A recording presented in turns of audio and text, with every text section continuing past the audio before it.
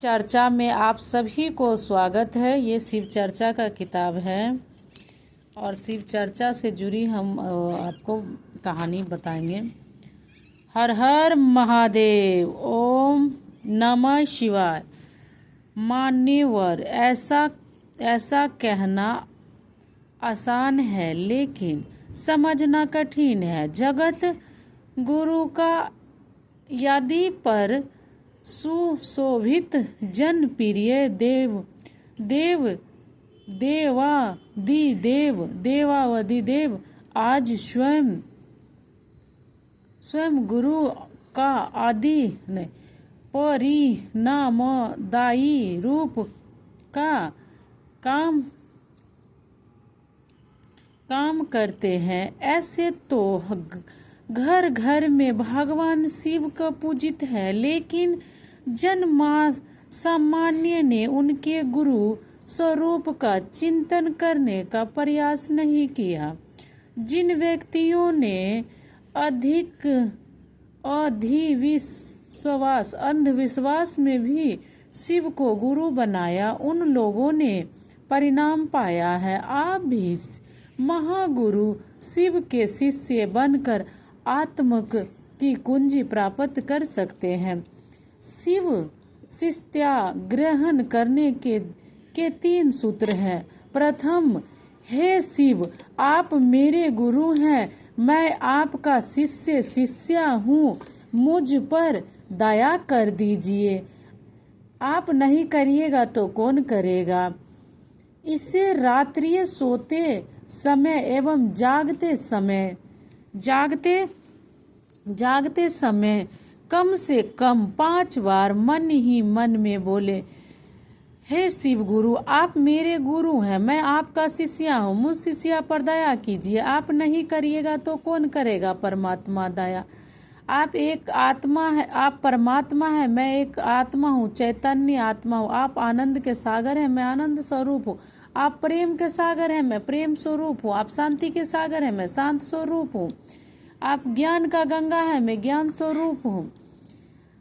समय तिथि शिव के गुरु स्वरूप की चर्चा सुनने तथा अपने खाली एवं बेकार समय में शिव गुरु की चर्चा करें। चर्चा का नियम है, मैंने शिव को गुरु बनाया है, धन धान्य शिव गुरु ने मुझे दिया है। आप भी शिव का शिष्य बन जाइए भाई या बहने, तो आपको भी शिव दया करेंगे। शिव बड़े कृपालु हैं।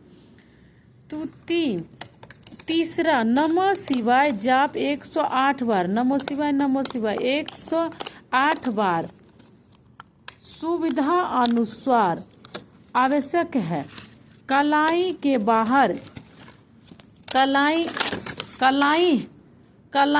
बाहर 12 दाने रुद्राक्ष का कंगन, यह आवश्यक नहीं है, लेकिन नए शिष्यों के शिव भाव से सहायक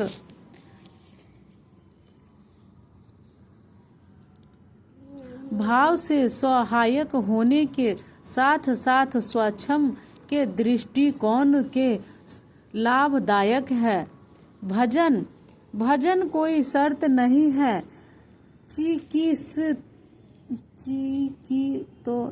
किन दृष्टिकोण को ध्यान में रखना चाहिए कि व्यक्ति को शिव शिष्या बनना, शिव को गुरु मानने की इच्छा करने वाले के नाम की घोषित उपलब्ध 1, 2, 3 या 5 शिव शिष्या मिलकर इन शब्दों से कहना है, पुत्र श्री शिव को अपना गुरु माना है। श्री शिव के अंतरिक्षित साम्राज्य में यह शुभ सूचना दर्ज हो जाती है।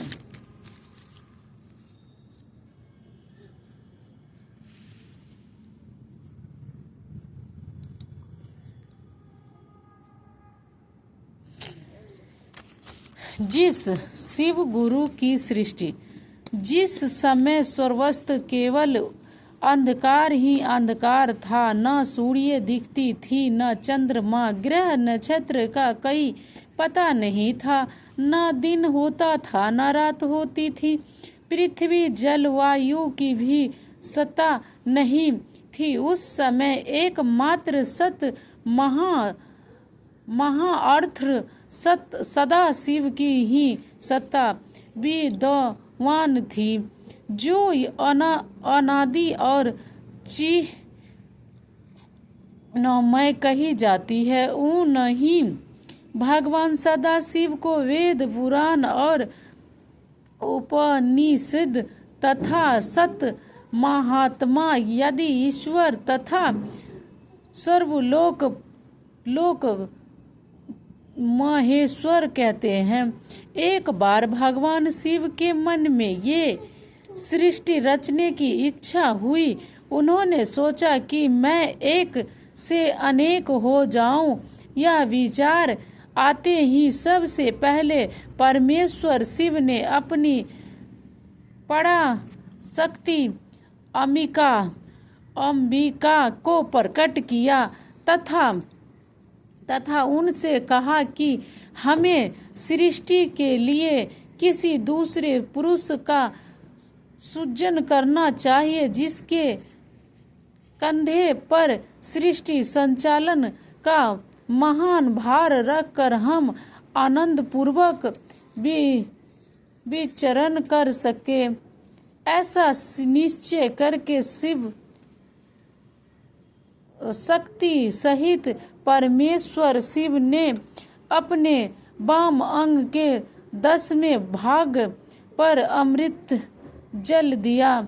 वहां से तत्काल एक दिव्य पुरुष प्रकट हुआ। उसका शौर्य अतुलनीय था। उसमें 100 गुण की प्रधानता थी। वह परम अतुलनीय था। उसमें शांत तथा अथाह सागर की तरह गंभीर था। रेशमी पीतांबर से उनके अंग की शोभा द्विगुणित हो रही थी। उनके चारों हाथों में शंख चक्र गदा और दम सुशोभित थे। उस दिव्य पुरुष ने भगवान शिव को प्रणाम करके कहा कि भगवान, मेरा नाम निश्चय कीजिए और काम बताएं। उसकी बात सुनकर भगवान शंकर ने मुस्कुराकर कहा, वस्तु व्यापक होने के कारण तुम्हारा नाम विष्णु होगा। सृष्टि का पालन करना तुम्हारा कार्य होगा। भगवान